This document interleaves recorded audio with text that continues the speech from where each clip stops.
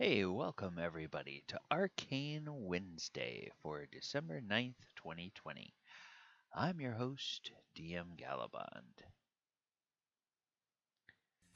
Now, today, on Arcane Wednesday, we're going to be talking about a spell that a party in one of my games recently encountered. The spell is Control Water. The situation is this. The party was on a boat heading down a river, and river pirates started chasing them. And the lead river pirate stood on the bow of the ship and started casting a spell. And a pretty sizable whirlpool opened up in front of the boat that the party was traveling on, which caused the captain of that boat to have to take evasive maneuvers. Slowed them down. Pirates thought they were going to get close enough to maybe advance. Turns out the party was a little bit better prepared than the pirates thought, and they managed to escape by using some magic of their own. But it was an interesting spell, and it certainly made the players go, "What?" So, what we're going to do tonight is we're going to take a look at this spell, look at its history in D&D, and we will talk about how how it works and everything. All right, so this spell originated in 3rd edition D&D, and it comes out of the Player's Handbook in 3rd edition, and in that edition, Control Water was for clerics, druids, sorcerers, wizards, and then water domain. Level 4 for everybody except sorcerers and wizards when it was level 6. A long range and a volume of water 10 feet by 10 feet by 2 feet per level. And in this edition, it could either lower water to reduce its depth or raise water by raising its height.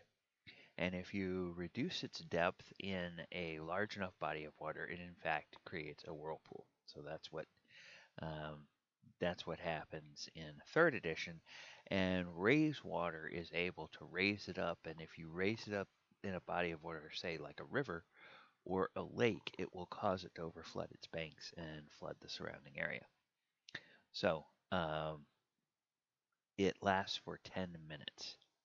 And that's where it first came from out of 3rd edition. Now, in 5th edition, again, it's 10 minutes and it's 4th level, and it is available for clerics, druids, wizards, Circle of the Land. Well, it's druids. Tempest Domain, that is clerics. Oath of the Open Sea, that is paladins. The Genie and the Fathomless, those are patrons for either your sorcerer or warlock. Okay, so until the spell ends, you control any freestanding water.